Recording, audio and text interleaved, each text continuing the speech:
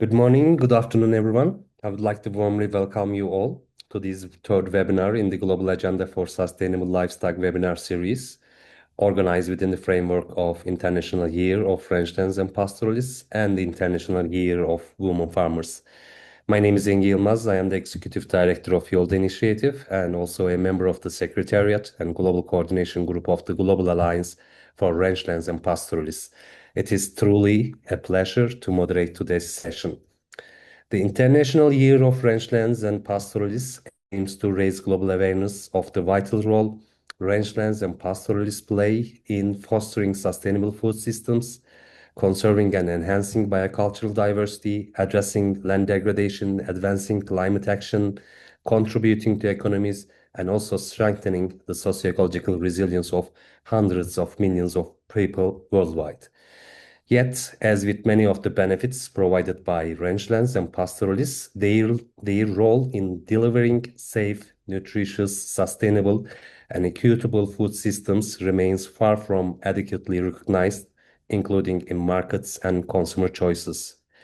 Against this backdrop, today's webinar serves as an important conversation on how products from grazing livestock systems can be better understood, valued, and promoted, while avoiding approaches that oversimplify or commodify the diverse realities of pastoral systems. Before we begin, a quick housekeeping note. Please feel free to write your questions in the QA section of Zoom throughout the session. Please keep questions concise so we can cover as much ground as possible. We will address as many questions as possible during the dedicated QA moments. If some questions cannot be taken due to time constraints, our colleagues at Global Agenda for Sustainable Livestock will follow up after the webinar. With that, it's my pleasure to give the floor to Xin Huang, Chair of the Global Agenda for Sustainable Livestock, for the welcome and opening remarks. Xin Huang, the floor is yours. Thank you very much, Mr. Moderator. And it is really a pleasure for me to be here today as chair of the Global Agenda for Sustainable Livestock. A pleasure to welcome you to this third session or a webinar celebrating the International Year of Rangelands and Pastoralists and the International Year of the Woman Farmer. And these are both being celebrated in 2026. For those of you not familiar with what the Global Agenda for Sustainable Livestock, or GASL, is, just permit me to quickly tell you that we are a multi-stakeholder platform that is bringing together producers, governments, researchers, civil societies, NGOs, and private sector, all in a global multi-stakeholder. That's what we mean by multi-stakeholder, all these different stakeholders, all in a global dialogue in support of sustainable livestock systems. And we all very much firmly believe in the crucial contribution that sustainable livestock makes to a food system, because a food system cannot be sustainable without all the parts, and livestock is definitely a very, very key and important part of this. Now, in December 2025, during the inauguration of the International Year of Rangelands and Pastoralists, the president of Mongolia highlighted that the multi-stakeholder approach was a major contributor to the process that led to the proclamation of the International Year of Rangelands and Pastoralists. And in particular, the GASL meeting that was held in Ulaanbaatar in 2018 was a key milestone. So it catalyzed the journey towards securing global recognition for rangelands and pastoralists, which we are celebrating this year. The International Year of Rangelands and Pastoralists follows on the International Year of Camelids, which helped underline the important roles livestock plays for people, ecosystems, and resilient food systems. This webinar series is aiming to deepen the awareness of rangelands and pastoralism while sharing practical solutions that support sustainability, resilience, and livelihoods, as our moderator just told us.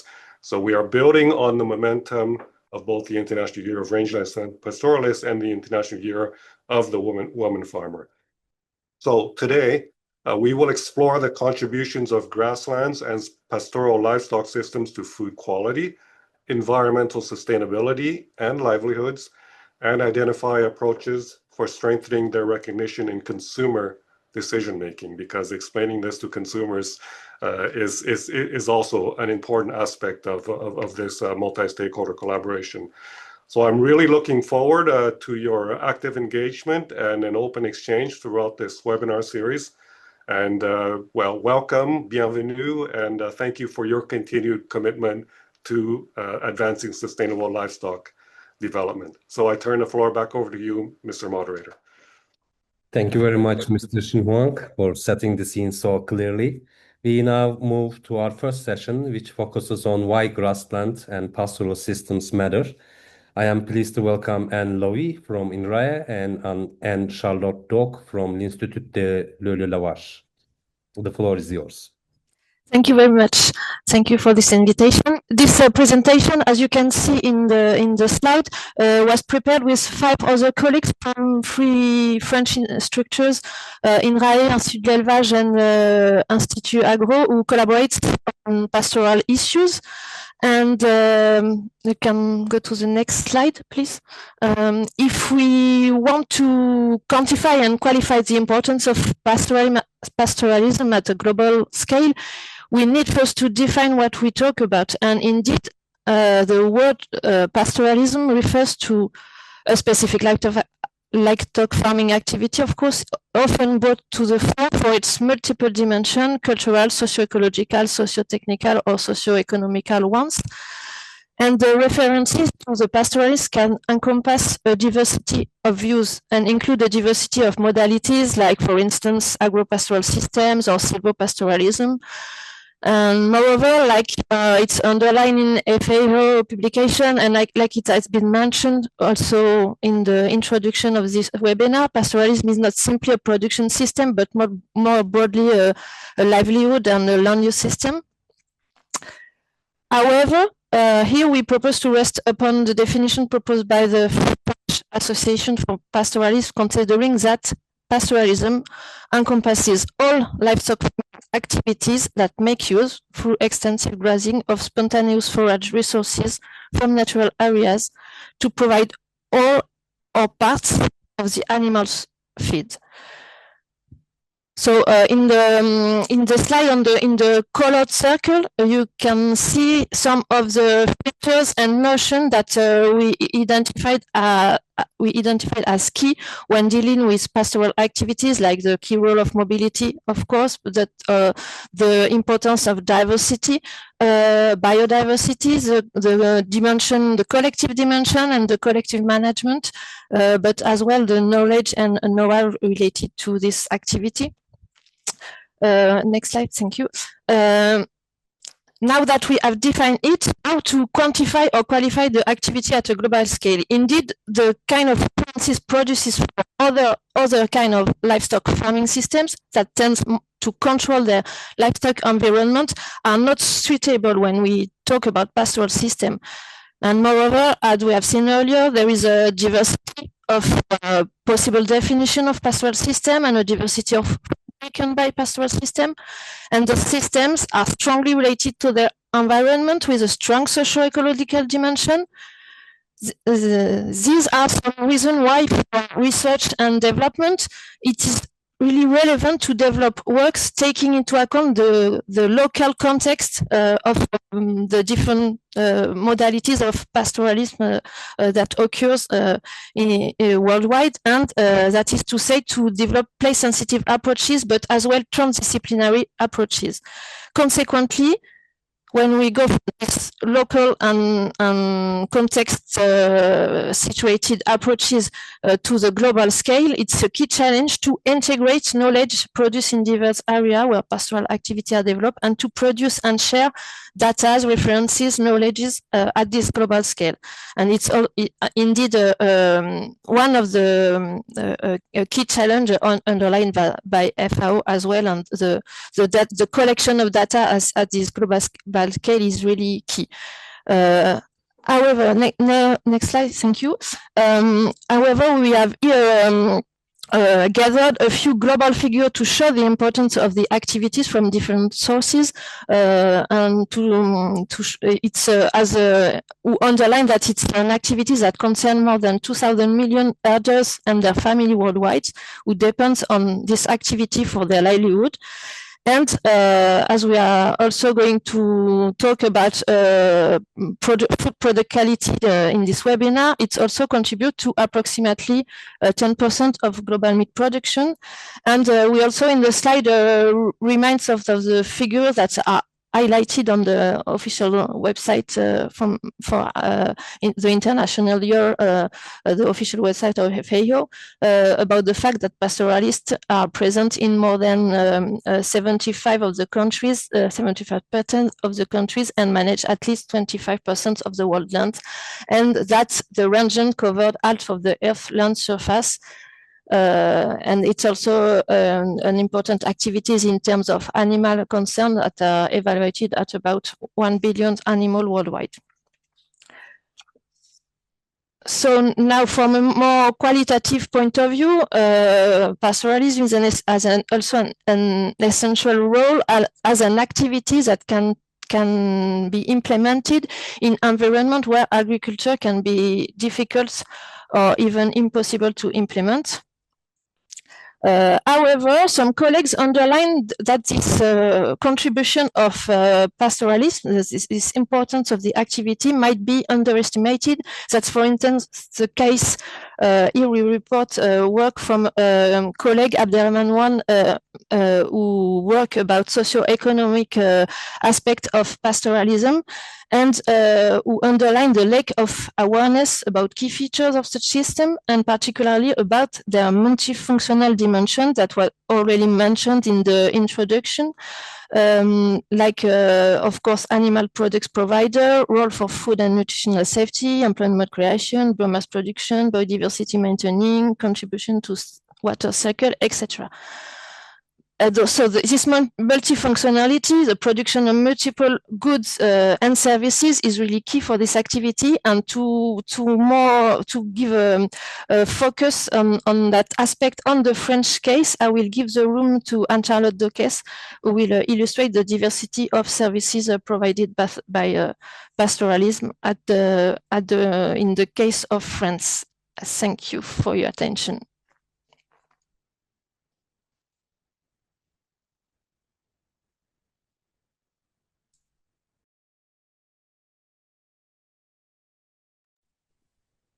Thank you very much, Anne.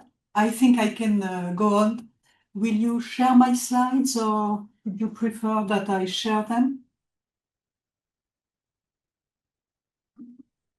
No, that's okay, thank you. So my presentation will focus, as Anne explained, on the French situation and on the services provided by pastoral systems and by grassland-based systems in France. But in fact, the diversity of the services about which we will speak can be relevant also at a global level. Next slide, please. So the diversity of the services can be organized in 5 domains. Of course, the environmental one, but also the contribution to food production and to other productions. But there are also some important services in the domain of territorial vitality, of quality of life and local heritage, and about health and welfare. I won't focus on all the services because it will be too long, but I will give a few inputs about French situation. So next slide. The next slide is just a few figures about the importance of rangeland and grasslands. As Anne said, about 1/3 of the planet's land are covered by grasslands or rangelands. In EU, it's about the same. 30% of the agricultural land is covered by permanent pastures and rangeland, which is over 30 million hectares. So the next slide, please. it's a focus on the rangelands in the Mediterranean and mountainous areas where there are many. And in fact, grasslands, heathland, wood pasture represent 5% of the surface in France, more than 2 million hectares, which are often managed by collective entities and not only by individuals. And there are about 1,040 and 400 collective entities who organize the use of the rangeland in France. I will go on the next slide to give you a few figures about the animals, about 1.5 million livestock units which use rangeland, which is a bit less than 20% of the French livestock, raising livestock. And amongst them, most of the sheep come from farms with more than 150 ewes. And we have about 35,000 farms with pastoral style farms. That's okay. I go to the next slide maybe to focus more precisely on some of the services provided by livestock farms, specifically pastoral farms, to remind you, of course, that pastures and rangelands are very important reservoirs for biodiversity.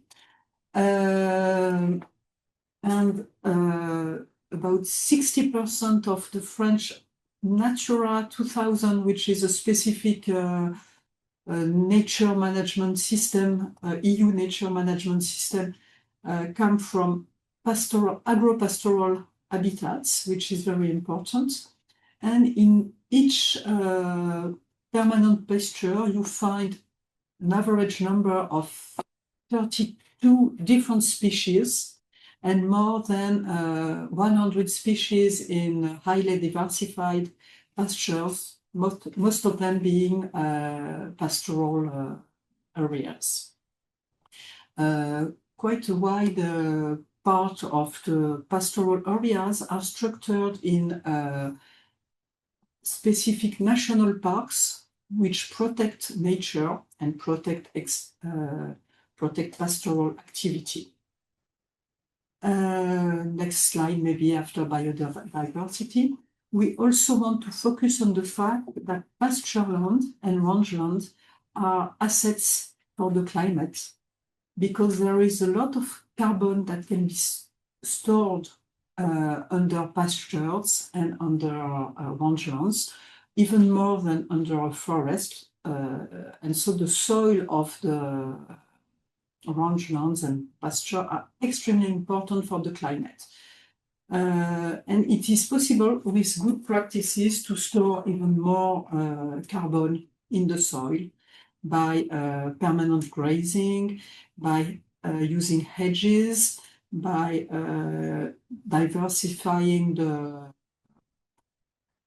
the winelands, for instance, with grassland, and by diverse good practices that can improve again the carbon storage. And it's important to have in mind that in some extensive pastoral systems, you can store more carbon than the emissions. So you can be positive for the climate in some of the pastoral areas. Next slide, please. To say that, of course, like everywhere in the world, pastoralism is sensitive to the climate change, that pastoral farmers have to adapt their practices, and also that pastoralism can be very useful to create fuel break, to fight fires. And in the south of France, pasture grassland are used and very useful to limit the risk of fires, even if the risk is huge. So the next slide, yes, please. to say that we will move to territorial vitality, to say that farmers, ruminant farmers, contribute to attractiveness of the rural area, and they are deeply involved in the local economy, and specifically in the sparsely populated area, where most of the herbivore farms are located in a sparsely populated area or disadvantaged area. And so it's important for this area to have farmers. And for instance, we can focus on the fact that about 11,000 cattle farmers practice agritourism, and it's even nearly 30% of meat sheep farms who sell their products, milk or meat, through short supply chain directly to consumers. And so in the videos, we will have some examples of that local organization. And at a national level in France, about 3% of the employment depend on livestock farming, which is not a lot, but not ridiculous either. Next slide, please. To say that, as I said, farmers are often committed to serving their communities. For instance, about 12% of the local mayors are farmers. 40% of farmers are members of associations at a local level, and so it's important for the local life. And also, as we said, a lot of the farmers manage the national parks areas, preserve their landscapes, and contribute to fight against fires and avalanches. Next slide, please. To remind that, of course, the farming activity, and specifically the pastoral farming activity, is essential for the gastronomic and cultural heritage. We will show some examples in two small videos to be more concrete, but the high quality of French dairy and meat products is recognized through PDOs, PGIs, red labels, and the pastoral activity are very important in this kind of labels. Next slide. Yes. So just to conclude and to go to the videos, the CNE, which we will present a bit later on in the webinar, gives high importance to raise public consideration about livestock farming and about pastoral farming, and is dedicated to share with officials and with citizens some reliable, some scientifically proven information on all the services that ruminant farming provide to society. And you can find in the links some elements more precise about what I just explained. Thank you for your attention. Thank you to speakers for these insightful presentations. I'm checking if there are any questions from the attendees. As far as I can see, there are no questions. You can write your questions at the QA box below the Zoom screen. Meanwhile, I do have a question. I would like to learn your insights on this topic, because one of the most important aspects of the issues that you address is the presence of pastoralism in a very developed country, because in general, by many, pastoralism is perceived as a romantic, as an archaic production system. But then we have France, a developed country, and we have a strong presence of pastoralists and also common property systems, commons, etc., and the value, the benefits they provide. But as far as I know, and working in France as well, they are not visible in the national agenda, in the global policy frameworks as well.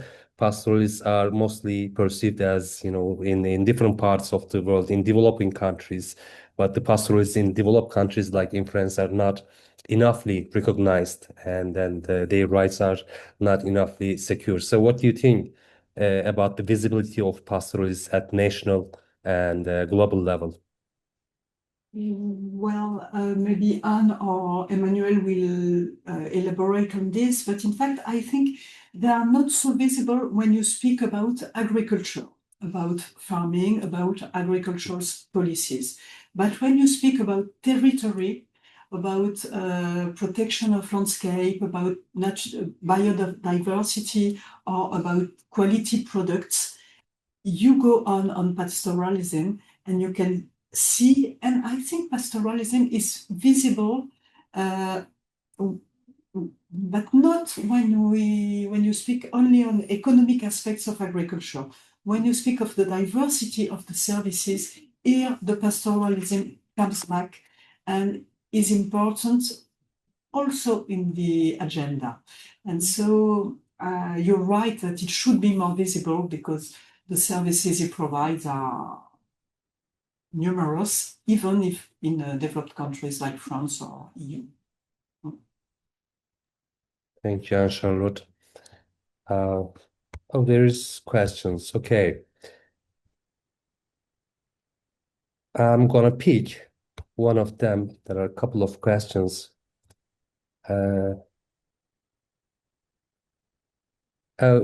There is one question from Francesca Passetti. She's thanking for the presentations. She would like to know the percentage of grazing of the animals in France to be considered pastoralists. Is there such a figure? In fact, in France, we can say that 95% of the animals graze. So it's the main practices. Most of the cattle, cows, sheep, and goats graze. No, not most of the goats, but cows, sheep, and some of the goats graze. But they are not always in pastoralist systems. That is, that there are some grasslands in the farm. They use the grasslands, but they use also a diversity of feed like maize, corn, cereals. And so we can say that about 20% of the farms are really in a pastoralist system, more in sheep production than in cattle production. Clear. There's another question from our dear friend Pablo.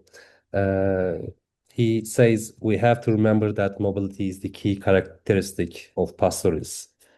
And he follows up with this question. Do you have in France pastoralists that feed on forest areas like we have in the Caco region in South America? You partly addressed this question actually, and Charlotte. Well, in fact, Anne can be more precise, but we have a lot. When we speak of pastoralist system, they move from the...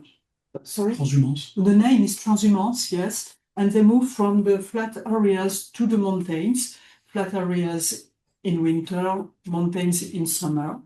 And most of the pastoralists have different places in which they bring the animals according to the season. And it has both a technical meaning because they follow the grass and they can eat what is available at each season, but it still has also a cultural role, and tourists and local people still participate and contribute to this transhumance, which are quite important in the mountainous and Mediterranean areas. Thank you. And Pablo, having worked in France a lot on the ground, I can also say that there are many pastoralists, transhumans, let's say, feeding their animals, livestock on forest areas as well. It is depending on the breed, on the species, like the goat species, they do feed on forest areas. And one question, last question, perhaps. Let me see. Yaşam Belchakov asking, how is the representation of the pasture and rangeland data in the global context? What do you think about it? The representation of Of the pastoral pasture and rangeland data in the global context. You have knowledge on the French context, but the Well, question is better about the as- global context. as Anne said, and maybe you can precise this, Anne, it is difficult to find some valuable, precise data on rangelands and on pastoralist activity at a global level. In France, we have quite a lot, even if everything is not as precise as on the other agricultural lands, but at a global level, we lack of proper and relevant data. Okay, thank you. Well, thank you for the questions and the discussion. We now need to move to next session. But as I said before, our colleagues at the Global Agenda for Sustainable Livestock will follow up these questions and inform you about the responses to your questions. So in this following session, entitled From Rangelands to High Quality Products, we will now watch 2 short video clips and farmers' testimonials. And it will illustrate what we just said before on the place of pastoralism in quality products. Perfect. L'AOP Pélardon fait partie des 46 fromages, 3 beurres et 2 crèmes qui composent les AOP laitières. Notre fromage existe depuis le XVIIIe siècle et notre mode de production n'a pas changé. Il est basé sur le pastoralisme où l'homme et l'animal s'unissent pour valoriser leur milieu naturel.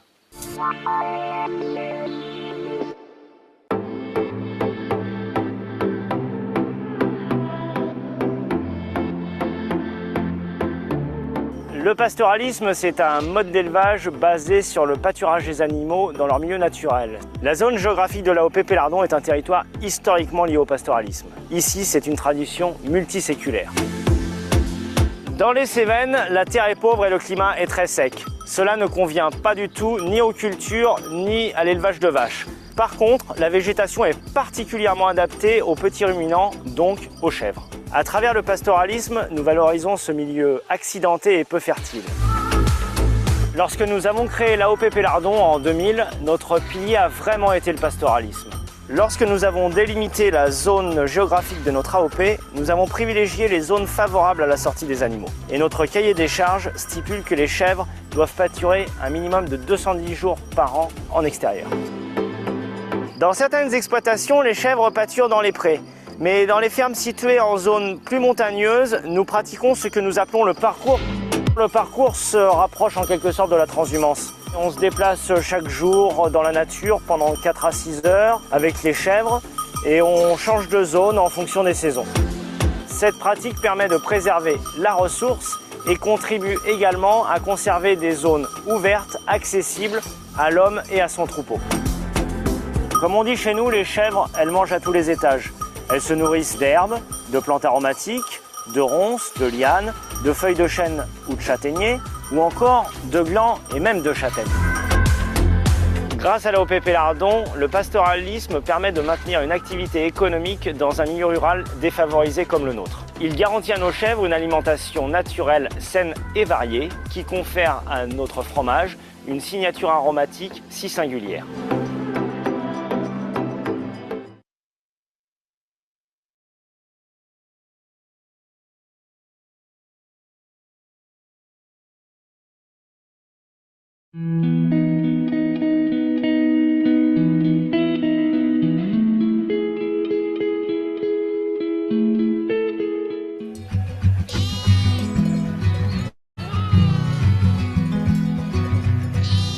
La réputation de l'agneau de Sisteron est née dans les années 20, au sortir de la Première Guerre mondiale.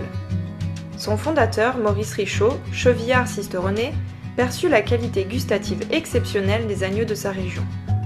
Ce grossiste en viande commença alors à trier les meilleurs agneaux pour les expédier sur les tables les plus prestigieuses du monde. Les années 60 sont témoins de l'essor de la notoriété de l'agneau de Sisteron. Aujourd'hui, un peu plus de 200 éleveurs en produisent et il est commercialisé dans 245 points de vente en France.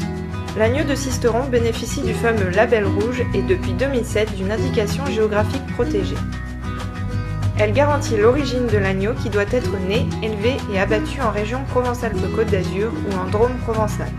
Les brebis doivent être de race locale, mérinos d'Arles, Mouret-Rousse ou Préalpes du Sud, et conduites de façon extensive. Elles pâturent les espaces naturels de notre région, de la plaine de Crau aux alpages, en passant par les collines de Provence. Les images de la grande transhumance, lorsque les brebis partent, avec les éleveurs et les bergers, chercher l'herbe en montagne pour l'été, illustrent mieux que les mots les qualités de cette viande unique. Le label rouge garantit la qualité gustative supérieure de l'agneau de Sisteron. Il est soumis à des tests organoleptiques annuels réalisés par un jury expert, mais aussi par un panel de consommateurs. Preuve de sa grande notoriété et de son excellence, la reine d'Angleterre Élisabeth II a souhaité en déguster lors d'un repas à l'Élysée en 2014.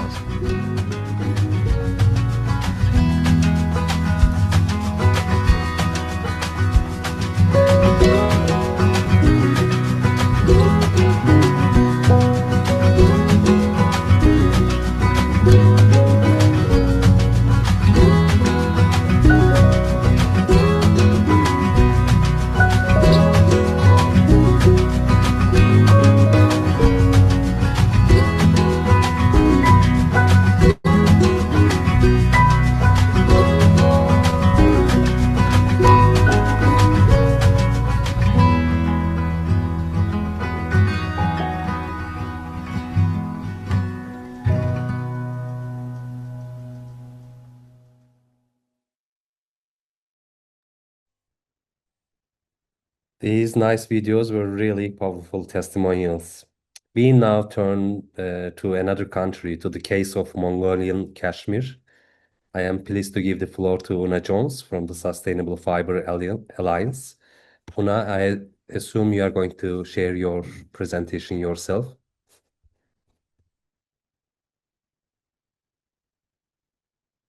Hi everyone, can you hear me? Yes, Una. Right, okay, I'll share my slide. Thank you for your invitation. And let me try to share my screen, how I go about doing that. Just bear with me.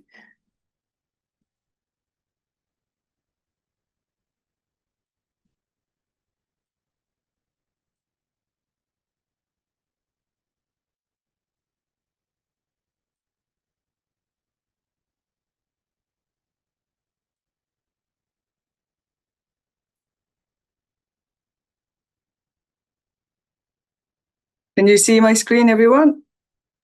Yes, we can see it. Okay. So you can use the full screen mode. Right. Do that. Here you go. Okay. Right, bear with us.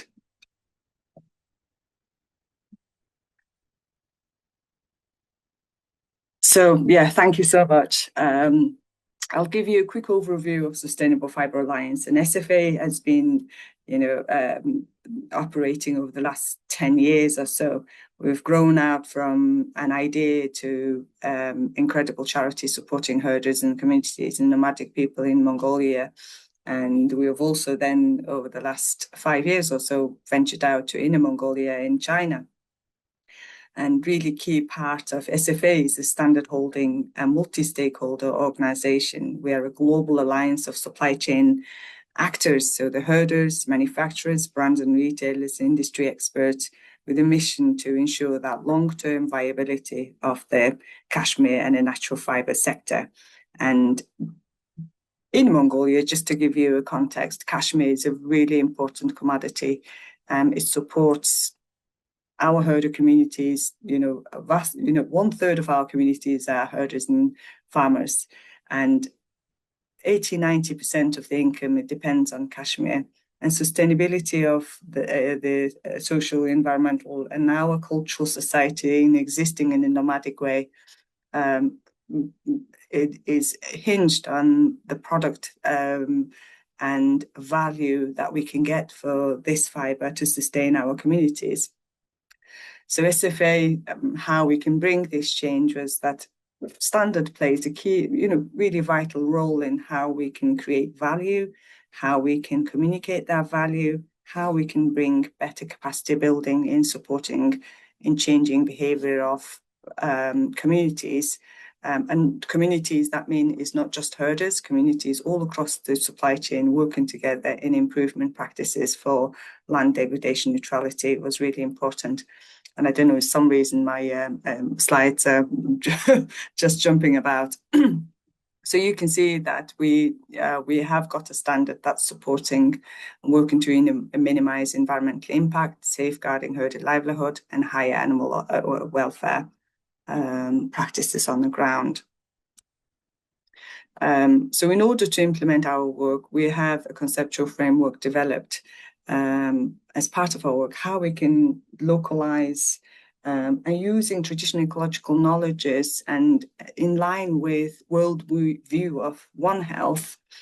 And we call it NOTIC framework, which is a kind of, in Mongolia, it supports traditional ecological knowledge and regional sustainability and encompassing the kind of our ancestral knowledge of how we brought change in a regional way. And that encompasses in a kind of the One Health framework where environmental health, human health, welfare, animal health, welfare is all interlinked, and ways of bringing change needs to supporting not just kind of when we talk about standard one-sided way of just environmental resilience. We wanted to make sure that environmental resilience is underpinned by a lot more holistic approaches and more underpinned with supporting communities of Indigenous people and communities who we serve. And within our standard, a standard holding organisation need to have several key parts of the kind of jigsaw to be able to put in place, to be able to bring strong commitment and strong credibility within that standard, capacity building, bringing traceability, strong assurance, being able to bring credible claims, and impact and results are really key part of how we bring change. And undoubtedly, the training and capacity building is a really key part for us to bring competency-based training and also kind of training of trainers in implementing our work on the ground and creating enabling environment for our herders to follow our standard effectively. As you can see here, this is a part of our standard supporting biodiversity, land use, animal health, welfare within a goat, and also supporting decent work. And we also realised we've included a new criteria called quality, fibre quality improvement. And if fibre and any product that comes out of the rangeland, if it's a poor quality, however good management and has happened, we will not be able to bring a marker value on the marker value, and the marker value is trickling down into our herders and farmers. So it's important that microns and contamination and the product quality is improved, and it's part of a standard system, as part of a sustainability. If the fibre micron kind of becomes too thick and it couldn't be used next to skin, the quality, the price will drop. So it's important how we can consider for rangeland products in part of a system of improving quality should be part of the kind of dialogue of the standards. So we've included that, and also kind of bringing product from rangeland ecosystem, how we can bring effective management system in place to be able to assure and also bring credibility to important practice. So those are really forming key part of our standard. You can see the kind of key theme. It's just an example of kind of showing what's included within our standard. Effectively, the animal health welfare, we follow 5 domains of welfare. We bring land use, biodiversity in land use, and ways of bringing quality improvement, and also decent work practices, supporting communities and people to have good working condition, health, safety, hiring practices, and wage benefit. People are being incentivized effectively is an important part of our work. And as you can see here, really key part of providing value is also having a traceability process that drive from the source of an origin and being able to trace and bringing each part of the chain of custody is validated effectively to be able to bring claims that brands and retailers have within the final product. So SFA has worked with many years in ensuring that as well as the herder certification, we have processing of kind of manufacturing supply chain certification in order to ensure quality, decent work. So as part of whole of this chain system, it requires a strong validation framework and also kind of strong governance system. We have joined to be an ICL member back in 2022, and it's important for us in following good standard setting, standard improvement, and standard implementation, standard assurance processes to be able to bring value. So in a nutshell, SFA offers value for herders, processors, manufacturers, and brands and retailers, all working together and bringing change.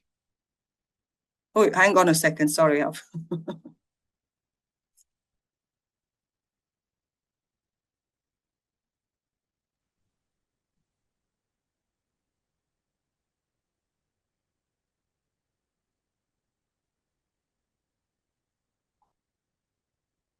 Una? Yep. So can you hear me? Sorry. Yes, we can hear you. Yeah, sorry about that. I've just got the background noise. So essentially, brands and retailers is an important part of. Can you hear me? Can you see the double noise coming through? We don't hear the noise. We just hear your voice. All right. Okay. So yeah, sorry about that. I just thought that there's a background noise going on. I thought you can hear some stuff. It's all okay. Yeah. So essentially, really key part of how we can bring changes. The market. Hang on. The market and brands and retailers buying into our system, and they follow our sustainability sourcing. They follow our processes in bringing sourcing targets and ensuring that they commit into the on the ground work to improve best practices and incentivize the work on the ground. And it also, the community, the brand retailer community would need to be able to ensure that transparency across their supply chains are following a SFA chain of custody. And so, yeah, I think it's really important for us, not just working with herders, working in ensuring stronger market demand is really important within ways of bringing a change in the bringing product from herder and communities, from rangeland communities. Yeah, so I also have a few more slides in terms of just to give you a bit of more understanding. SFA, we've been working in developing with a number of partners and working in setting up a Rangeland Stewardship Council and how we can bring better land degradation globally. And I know that SFA only works with natural fibres, but our ecosystem produces a lot more product across the landscape jurisdiction. So we've been working with UNCCD, ILRI, IUCN, funded by Jeff, number of partners in working and developing how we can bring this global rangeland standard, how we can make sure that this standard could be a collaborative approach and bring in change, how we can bring this a region-specific approach that can bring more holistic One Health lens to support implementation, how we can take a more bottom-up approach in ensuring that traditional ecological knowledges of communities could be reflected in the way that we bring change, and also as a standard system need to have a lot more transparency in bringing suitable standard setting, implementation, also making sure that monitoring, evaluation, learning framework and consultation made effectively encompassing wide, diverse rangeland communities. So we all know, I think we're all converted in terms of understanding of importance of rangeland, and the rangeland, you know, our rangeland is degrading. How can we really bring collaboration in bringing this change? And yeah, so I think if you have a time, you can have a look on the Rangeland Stewardship Council website. We're all working towards collectively in bringing change on rangeland wherever we are. However, it's important for us to understanding each of us what we are doing and how we can collaborate together and bring in better change. So yeah, thank you. Thank you very much, Una. Well, certification and standards are really an effective tool for strengthening the positioning of pastoralist products in the market, in addition to other benefits they provide.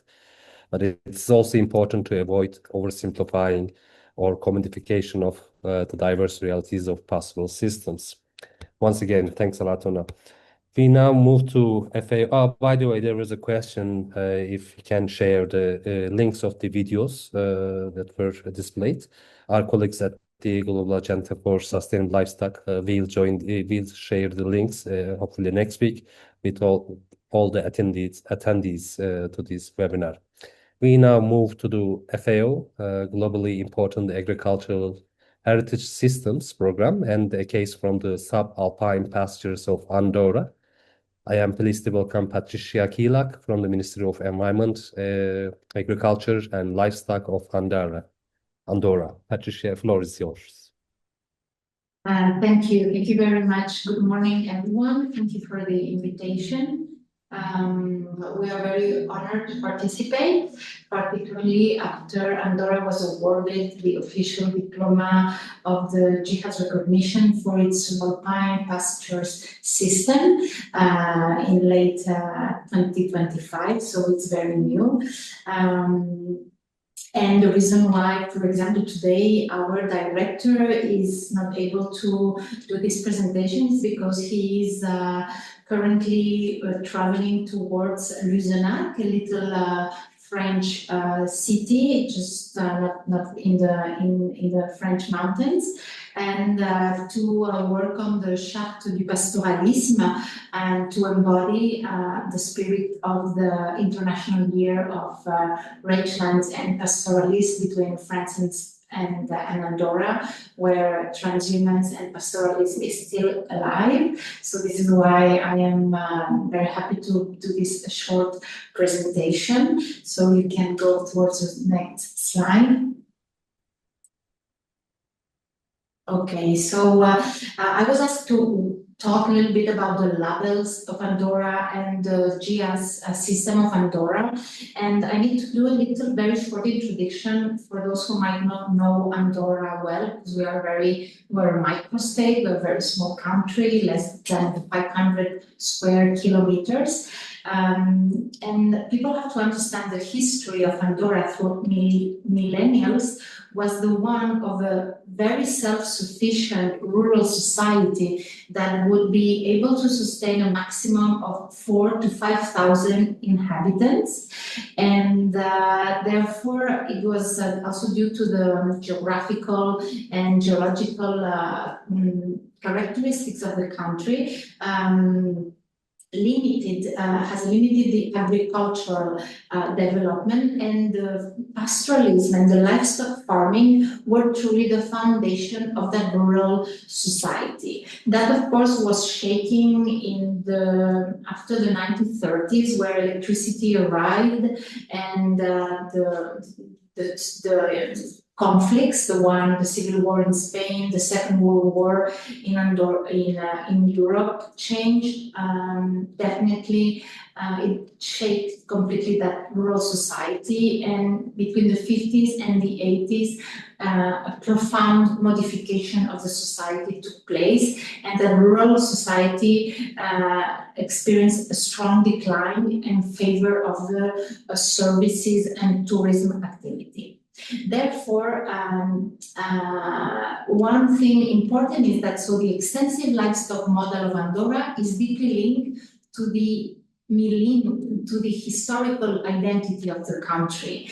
And it shows because the ownership of the land is only 10% private and 90% is common land, is managed by the municipalities, and also, as the French representative was saying at the beginning, through collective entities that would manage the use of the common land. The transhumance, definitely the transhumance of the livestock, which has also been a foundation for Andorra to be awarded also, a certain value was awarded to be part of the heritage cultural of the World Heritage List in a valley that was traditional use for transhumance, and now also this intangible cultural heritage of transhumance is being also there's candidature to be awarded UNESCO again to be part of the intangible cultural heritage of the UNESCO. The extension of the subalpine pastures also show the importance of that extensive livestock model and how it really shows, because the subalpine pastures of Andorra are 27% of our entire national territory in Andorra, while the agricultural surface, the one that can be planted and used to grow plants, is only less than 4.5% of the territory. And from this 4.2% of the territory, 90% of that agricultural surface is dedicated to the grasslands for the livestock when they are not in the subalpine pasture. So that really shows the importance of the subalpine pasture, the extensive livestock model of Andorra. Also, the farms with livestock represent most of the farming exploitation. They are 84%. And finally, two more things have to be said. It is a controlled extensive regime, so it's a limited number of animals, precisely because it's a small country with a small territory. And the GAS, in all that, I actually came as one more tool to achieve the overarching goal to try to save this model that is so linked to the traditional identity of the Principality of Andorra and its rural society. So we can go to the next slide. Okay, just to present a little bit, since as I said, the strong decline of the farming activity took place between the 50s, the 60s, the 70s, and the 80s. And what happened also at that moment is that Andorra did not used to have a government. There was only a parliamentary system of governing the valleys and, of course, local authorities. But the first executive government with such a name was in 1982. So it took a few years, a new constitution and a new institutional framework to be set up. So in 93, we have the new constitution and we become member of the United Nations. And so we have more data, we have more, and you see that from the end of the 1980s to today, the beef, the cattle remains quite stable, and so remain the sheep and the horse.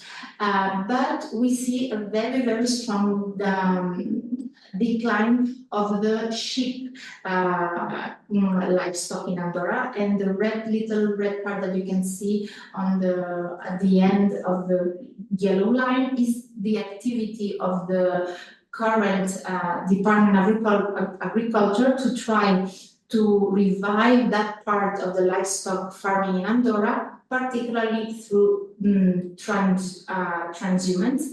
And again, this is why, for example, today the director and the team of livestock and the veterinarians are in France to keep promoting and reviving that part of the livestock. You can go through the next slide.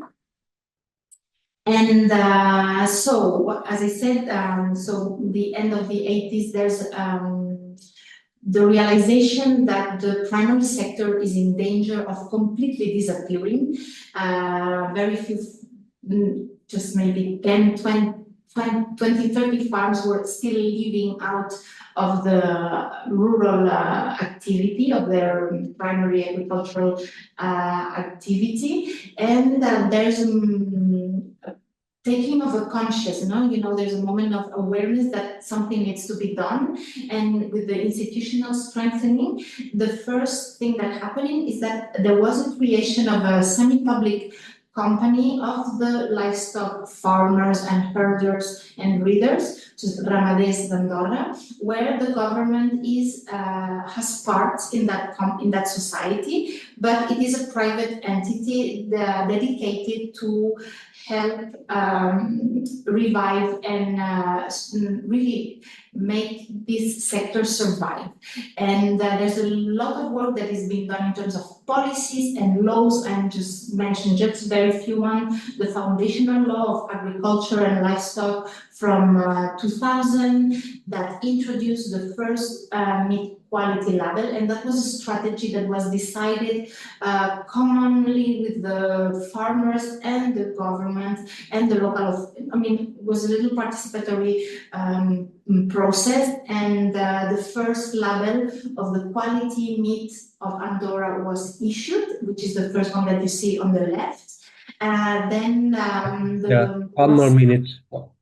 Yes, I almost finished. I have 2 more slides where the agricultures started a request to have a recognition of geographical produced meat in Andorra, and that was achieved in 2012 for the veal, because they are only the ones who are born here, raised here, and slaughtered here, while all the others still use the quality scheme of Andorra, of the quality meat of Andorra, which is the beef, the lamb and goat, and also the foal. And now we have a more recent label, which is the sheep from transgenius. You can go to the next slide. And one more thing is that through these efforts, we have defending a very specific local breed, which is La Bruna d'Andorra. So we obtained the international recognition of the national breed with all the characteristics. Still ongoing efforts always to conserve and improve the breed. And this year, for example, we have this new logo. You will be seeing this logo, for example, with the team of ski of Andorra in the Olympic Games in Italy. You will see this logo, and it's really a choice to promote and to link again the identity of Andorra to what has been this breed that through millennial made the livestock possible. Next slide. Can you go to the next slide, please? Patricia, we are a bit out of time. Yes, it's actually the last slide. The last slide. I think there's a technical problem. Can you provide information without the slides? Yes, I can do that. The next slides were just images of the different labels that you can find in Andorra. And I just wanted to say, as a matter of conclusion, that one thing is the policy and the official brands that we use to give an idea of the quality of the tradition and of the meat that is being produced in Andorra, and that is the ones that are the official labels. But of course, there's a lot of private logos that come from everyone and everywhere. And for those who want to think about how to promote sometimes a quality product, you have to differentiate what is coming from the authority and the farmers from all the companies that then will derive from this effort. And in Andorra, you can see a diversification of a lot of mountain products and that are not specifically meat. And therefore, now the last step will be to use the GASL label in events, in publications, and even in boards in the mountain, to come to a full circle from that history to the GASL, who has been a recognition, and now to use the GASL logo to use also in the promotion and the conservation of that extensive livestock system. Thank you very much, Patricia. We need to move a bit quick, but before that, as Camilla wrote in the chat section, I kindly encourage the speakers, the panelists, to answer the questions that are addressed to them directly in the QA box. We now turn to Nepal, where the Mountain Partnership has been working on this topic. I am pleased to give the floor to our dear colleague, Carlo Murier from the Mountain Partnership. Carlo. Thank you very much. Thank you very much for inviting the Mountain Partnership to take part in this interesting webinar. So I will briefly talk about Mountain Partnership. Mountain Partnership is a UN alliance dedicated to mountains. And one of the key pillars of our activities is the promotion of economic development for mountain rural population. Maybe you can pass to the next slide. And we do this through the valorization of mountain products.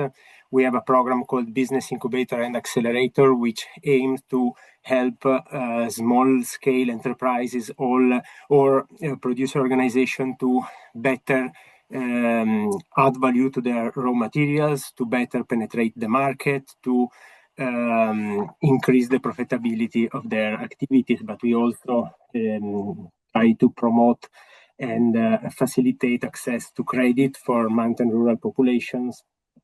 All of this to make the farming activities in the mountain more economically sustainable. Next, please. I will talk about a small project that we conducted in Nepal, jointly with the country office in Nepal and with the collaboration of ICIMOD. It was a project focused on dairy production and in particular from cheese produced from yak milk. Next, please.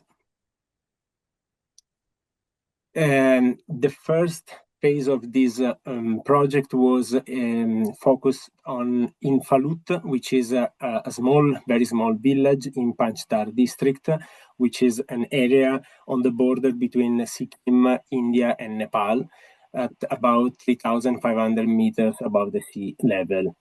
It's an area with a very low population, quite difficult to live in, and strongly based on pastoral activities, on animal production, particularly on yak husbandry and chowri, which is the cross between yak and cows.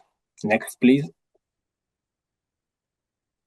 So the area has been characterized by a decrease in human population, as unfortunately normally happens in these remote areas, the remote mountain areas. And also the yak population has been decreasing a lot over the past decades. And this is due to the fact that yak herding very often is not remunerative enough. The traditional products coming from yak herding are not really profitable. They used to produce this churpi cheese, very hard cheese, which is actually not anymore appreciated so much by the younger generation, and normally is exported to Western countries as dog chew. There is a problem given by climate change, which is making more and more harsh to the living condition there and the production, and also pasture degradation, due also to the fact that the quantity of yak present in the area is decreasing and is not really well distributed. So there are huge areas of pasture which are not utilized and are covered by invasive species that are decreasing the carrying capacity of the system up there. Next, please. So up there in Falut, there was already a small processing facility that was, let's say, supported and promoted initially by ICIMOD, and it was producing a modern type of cheese, so not anymore the chirpy type, very hard cheese, but let's call the Western type of cheese, because there is a growing demand for this type of Western cheese, soft cheese in the market of the capital city or the main cities in Nepal. Next, please. It was interesting, this particular case, because the processing facility was co-owned and co-built by the herders community together with a private company called Nepal Dairy Andes, which co-funded the facility, but also which is interested in buying the cheese produced, and so is ensuring the final part of the value chain with the penetration in the market. Next, please. So when we reached the place there, immediately a few problems came evident. So the fact that the traditional chirpy production, which was still present up there, is not appealing anymore for the population for the younger population, and is not remunerative enough. There was the need, therefore, to identify a new product to focus on, but this new product must be a product that the consumers can appreciate, of course. So the quality must be good. There was a problem of rangeland degradation, as I anticipated before. So there was a problem of undergrazing in the areas far away from the village, and that was bringing a lot of invasive species to cover the pasture and to making them not usable anymore. And there was a problem of overgrazing in the areas very close to the village. So there was not a rational way of managing rangeland. There was no rational animal feeding plan, meaning that the animal, together with the fact that the pasture were actually degraded, there was a very low per animal production. The cheese, the soft cheese that they were producing was actually of a quite poor quality. There was a lot of room for improvement. And due to this lack of knowledge about how to produce a high quality cheese, the cheese was facing some problem in the commercialization, because it was difficult to sell a product which was not actually good. Next, please. 3 minutes left, maximum.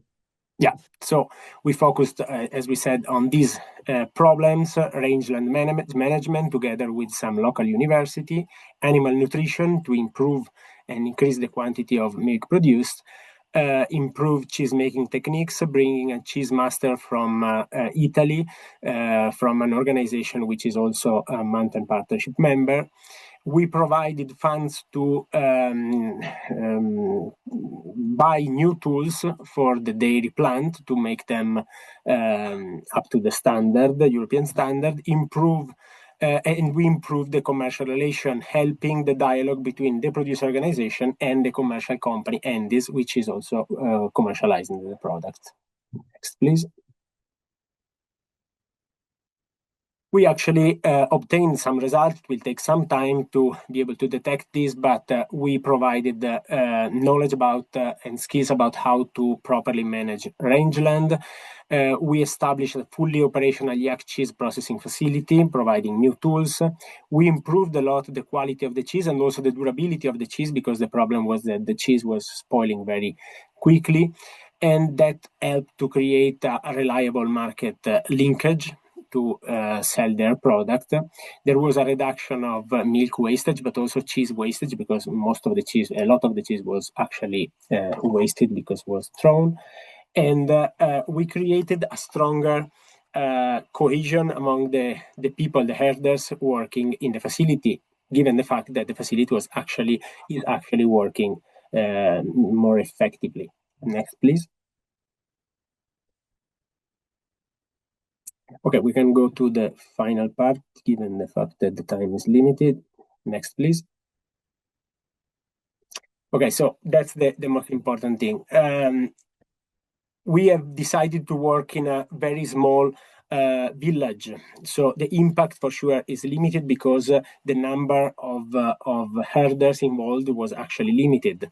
But the key concept in our intervention was to create a model that could be replicated, and we were actually very happy to know that the nearby village called Charrate that took part in the trainings that we provided in Falut, they were interested and decided to request support for the creation of a new processing facility, following the example of Charrate, and open their own market channel. So instead of having herders moving the cheese from one side to the other with all the difficulties that this can imply, they were actually recreating the model in their own community, making life also for young population easier. And were actually a group of young herders that took the lead and requested for this type of support to replicate these models. And it's actually working very well already now. Another place where we replicated was in Gatlang in Rashwa district, in a bit different way, because it was a processing facility co-owned by a governmental company. So if before we were working with Nepal Dairies, a private company, here we are working in partnership with the governmental companies. Anyway, in all these three villages, we noticed that there was actually good enthusiasm and a good impact in the work we did in terms of profitability of the whole system and in terms of quality of the product that they are presenting to the market. So the key concept is that the objective is not the replication, it is the objective of the replication and not the expansion of one successful case. We believe this is the most important result. Thank you very much, Carlo. Thanks a lot. Thank you. Due to limited time, we are going to skip the QA session, and we now move to the final part of the program, focusing on reaching consumers and the general public and on the key challenges pastoral systems face today. I give the floor first to Théa Goning from the Confédération Nationale de l'Élevage, and then François Simon from the French Ministry of Agriculture. I kindly request from the speakers to keep their presentations concise as much as possible because we have very limited time left. Thank you. Theo.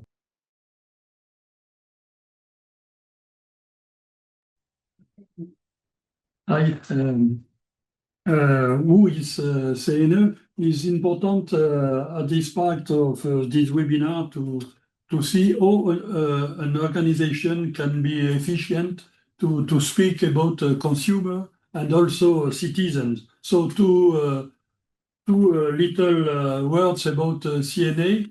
Next slide, please.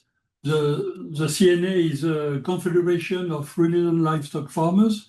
It's a French association with professional trade union, technical and cooperative organization in ruminant livestock farming in the three species cows, sheep and goats for dairy and meat sector.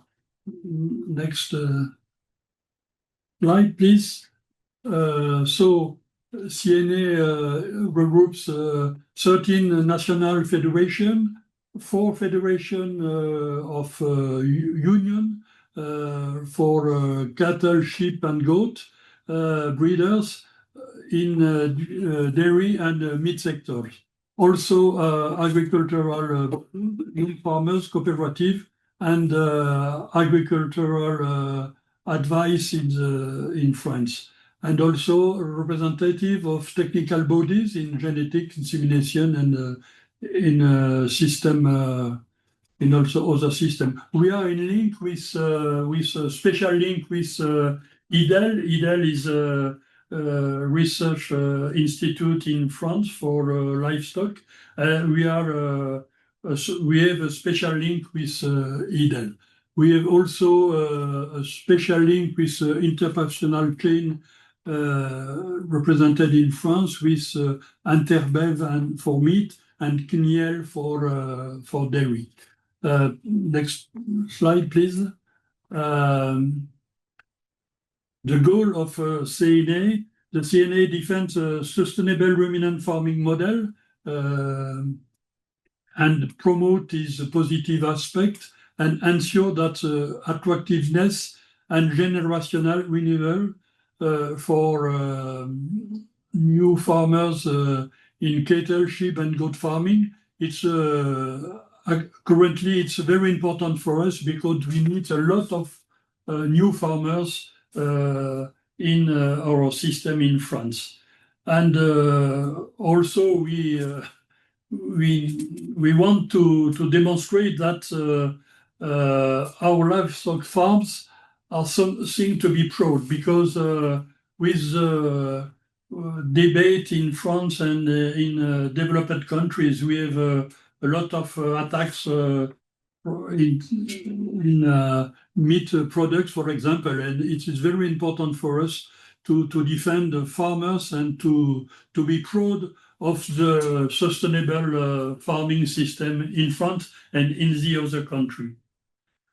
And to next slide, please. And to introduce the two video after, CNE is communicating with the general public and also consumers, because the two are important, consumers, but consumers are also citizens. So it is very important to communicate with public in general about the farming model we defend.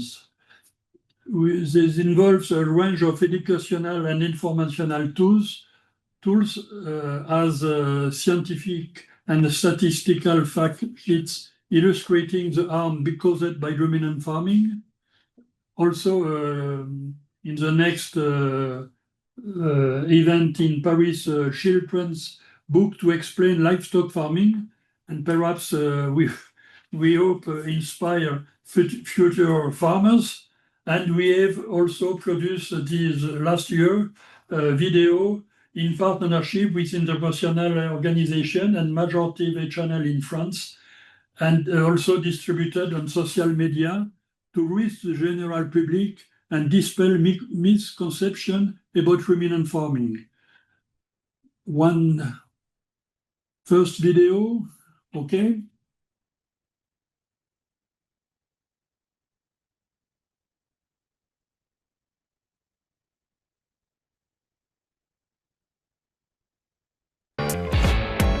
Des bêtes. Quand on parle d'élevage, il y a des questions, des bêtes et les questions bêtes avec la CNE.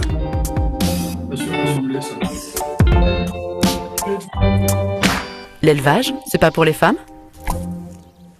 Alors si, l'élevage c'est pour les femmes. Le milieu agricole s'ouvre de plus en plus en fait aux femmes. Il y a encore du travail, ça c'est clair. Et aujourd'hui, il y a une mécanisation, il y a tout à fait une possibilité pour les jeunes femmes d'être chef d'exploitation.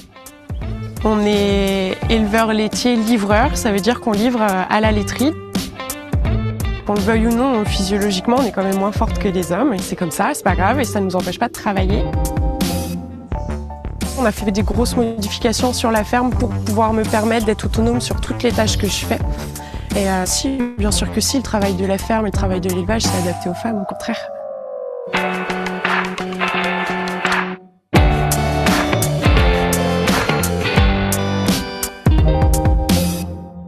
Vous avez regardé Questions bêtes avec la CNE. Vuoi dare in permuta la tua auto? That's great. That's great. Quand on parle d'élevage, il y a des questions, des bêtes et les questions bêtes avec la CNE.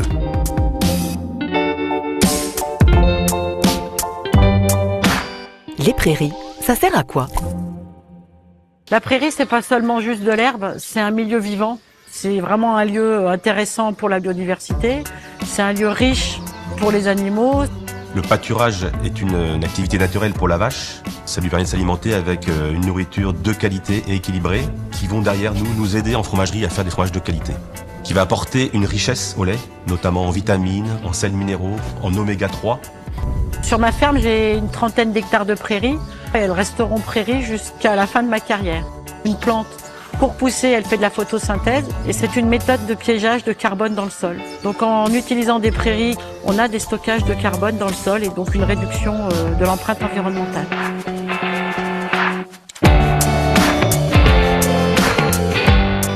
Vous avez regardé Questions bêtes avec la CNE.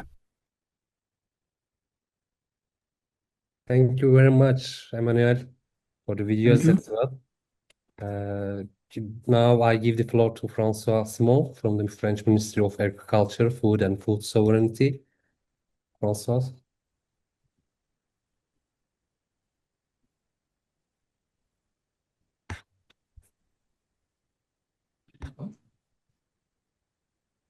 I assume she doesn't seem online.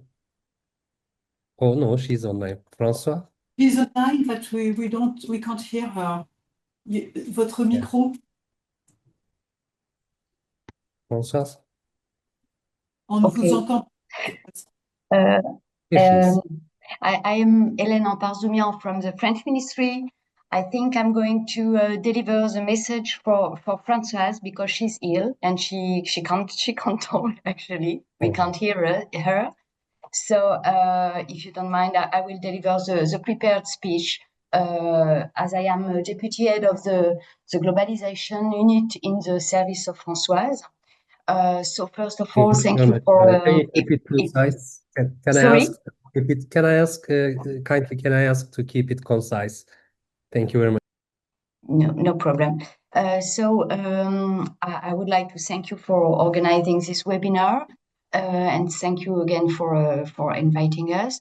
Coming back to France, and a lot of points have already been presented and illustrated by IDEL, CNE, and INRAE.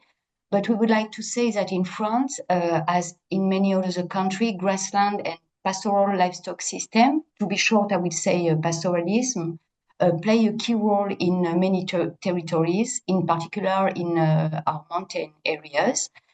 First, from an economic point of view, pastoralism is an important agricultural activity. It helps maintain jobs and economic activity for local people in this rural area, which in some cases are losing population. And it is also important for the economy of this territory, playing a crucial role in tourism activity and bringing value added for the farmers. Second, from a social point of view, pastoral activities is an important part of the long-standing identity of these territories. It is closely linked to local cultures and tradition. And in this respect, you probably will see that many of the French events organized as part of the International Year of Rangelands and Pastoralism will be current cultural events. Finally, from an environmental point of view, without pastoralism, many mountains and landscapes will risk becoming overgrown. And while keeping these landscapes open and accessible to people and being living territories, pastoralism helps support biodiversity and store carbon. We would like also to say that to maintain these key roles, it is essential that pastoral activities remain attractive to young people and to anyone wishing to take it up. So it is very important for us to encourage new entrants, support them, and provide sustainable training. This is also why the production of milk, of cheese, or meat must have an economic opportunities that ensure fair income for the work done and services provided. To this end, France strongly supports the development and recognition of the origin and quality labels for both meat and cheese to produce high-quality food that properly rewards farmers. It is also important to say that these labels are very well known for consumers. And we also see examples in the film that Idel shares that clearly illustrated these labels. Another label has been developed by French authorities. It's the low carbon label which professionals have adopted in the dairy and beef sectors to promote what they do to reduce the greenhouse gases emission and to increase the storage of carbon that this extensive grassland system enable. It is also necessary to preserve land conditions that allow pastoral activity to continue and to limit the conflict between different land uses.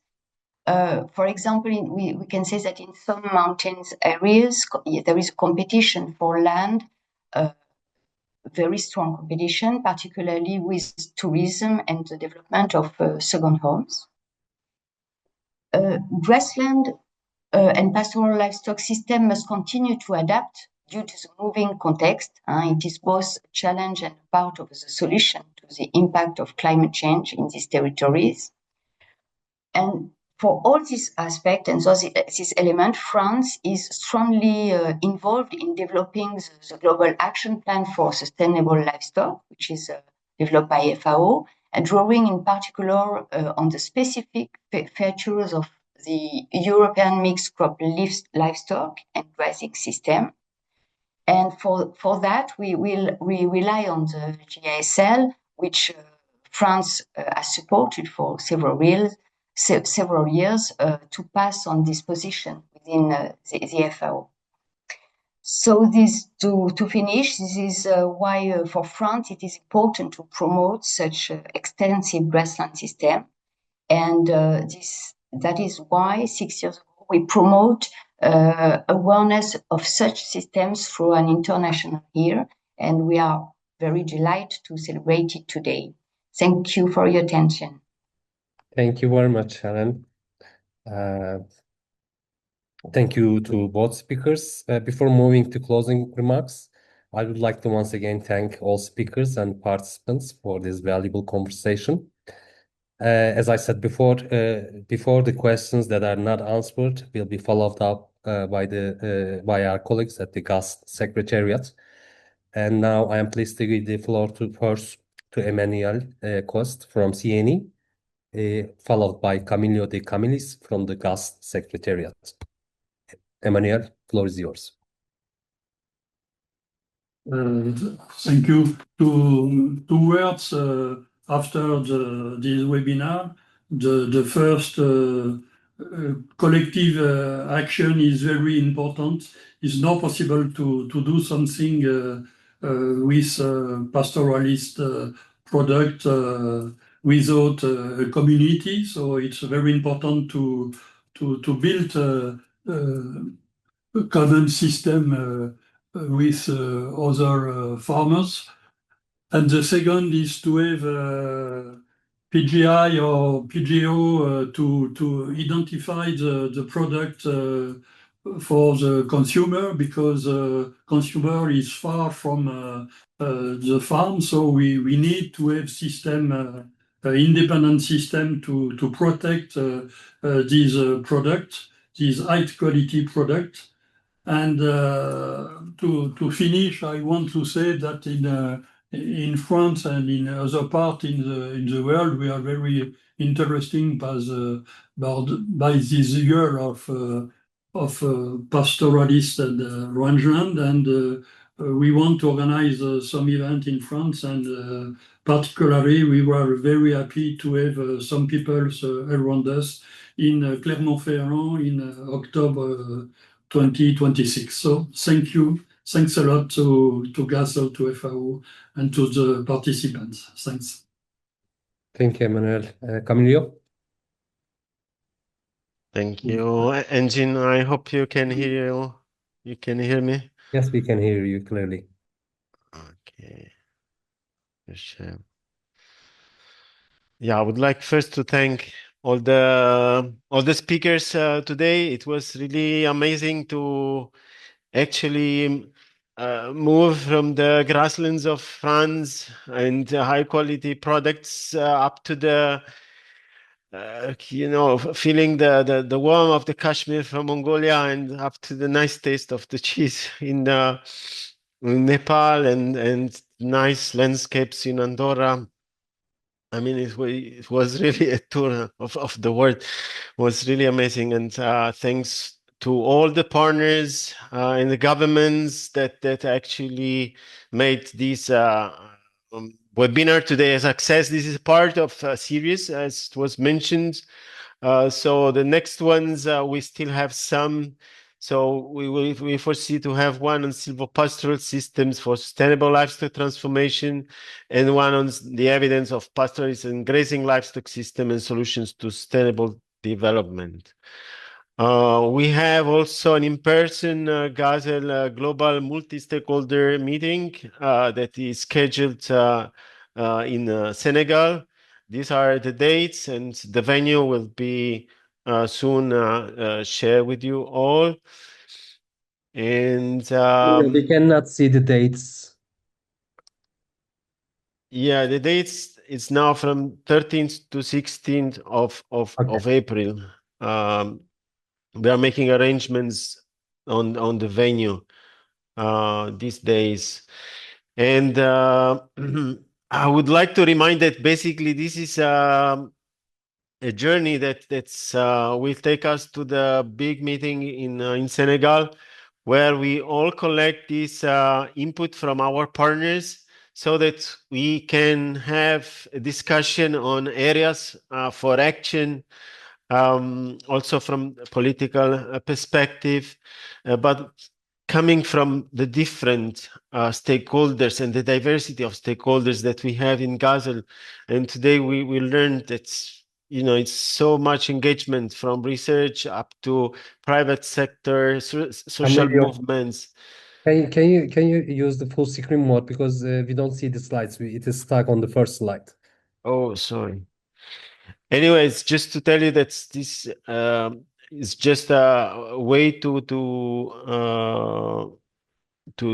that will lead us to the MSP meeting. And if you want to share your input, you can access the GASL website and also provide some input for us to consider. And you can learn more on the FAO GASL web pages, where there is actually the full schedule of this webinar that we will share straight after, also with all participants of this webinar. Thank you, Enki, and everyone.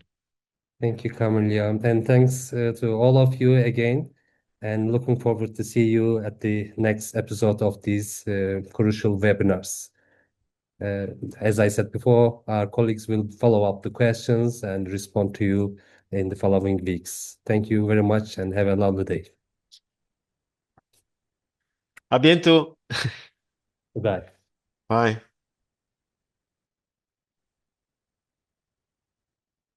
Au revoir, merci tout le monde. Bye bye. Au revoir. Bye. Thank you. Merci beaucoup. Thank you all. Thank you, goodbye.